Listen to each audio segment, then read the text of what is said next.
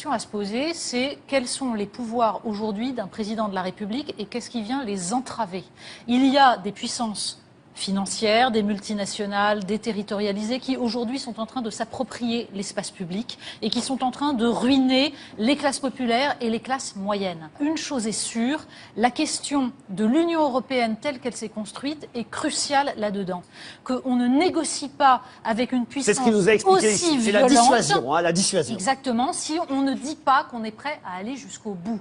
Mais ensuite, sur la question du peuple, Natacha, Tsipras a tenté. Qui allait payer les fonctionnaires en Grèce? Vous savez qui paye aujourd'hui pour les cancers dont souffrent les Grecs? Personne. Ils sont en train de crever et on les laisse crever parce qu'on a voulu utiliser les finances, le refinancement de la Grèce pour renflouer les banques françaises, allemandes qui sont impliquées dans la dette. Zemmour Nolo et simplement, c'est Léa qui conclura. Sur la question du peuple, ensuite, si on peut comprendre qu'il faut aujourd'hui entendre tout simplement le peuple parce que ça s'appelle la démocratie, bah c'est pas plus mal. Après, on n'est pas forcé d'être d'accord avec tout ce qui... Les deux Eric et c'est Léa Salamé qui conclura. D'abord, se libérer de l'oppression financière, et en particulier de la dette qui est due au bénéfice des établissements financiers. Libérer l'écologie de la financiarisation. Il décline sur certains points, évidemment, mais n'empêche que ça a le mérite d'être dit, ça. Et je pense que c'est absolument essentiel, de même que l'importance accordée au local. C'est-à-dire que si on veut lutter aujourd'hui contre les méfaits de la financiarisation, contre les méfaits de l'emprise des groupes multinationaux, c'est par le local et par l'autonomie des communautés. Et c'est un discours qui mérite d'être entendu. Est-ce que vous avez le sentiment que la démocratie a avancé ?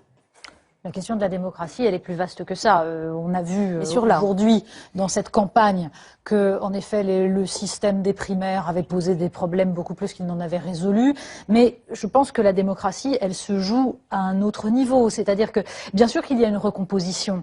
Et cette recomposition, ça fait 15 ans que j'explique que la gauche et la droite ne signifient plus grand-chose et qu'il y a aujourd'hui deux axes sur lesquels on peut redéfinir la vie politique. Le rapport à la globalisation, c'est-à-dire l'acceptation ou non de ce système économique néolibéral, et puis la question du progrès. Comment définit-on le progrès? Nicolas Hulot le disait tout à l'heure, et moi je pense à la phrase de George Orwell, qui disait que quand on lui présentait un progrès, il se demandait d'abord si ça nous rend plus humains ou moins humains. Ce sont les deux questions cruciales. Pourquoi? Parce que si on passe par là, d'abord on arrive à redéfinir les clivages de façon cohérente, et ensuite on peut se poser la question de la démocratie. Sur quoi repose la démocratie? Et là, alors, le personnage qui a été omniprésent malheureusement pour lui dans cette campagne est le général de Gaulle, mais si vous relisez les textes de De Gaulle, eh bien il assied la démocratie sur une notion fondamentale, la souveraineté.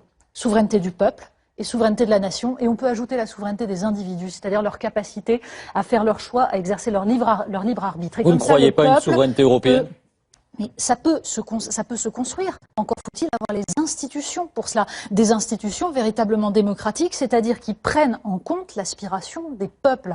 C'est-à-dire que ça nous plaise ou non, si nous sommes démocrates, nous estimons que le but de l'organisation politique est de répondre à la demande de ce peuple assemblé qui est une entité politique, qui se choisit un destin en commun, et ça c'est confisqué par des intérêts financiers et par un système qui fait tout pour que ces intérêts financiers se perpétuent.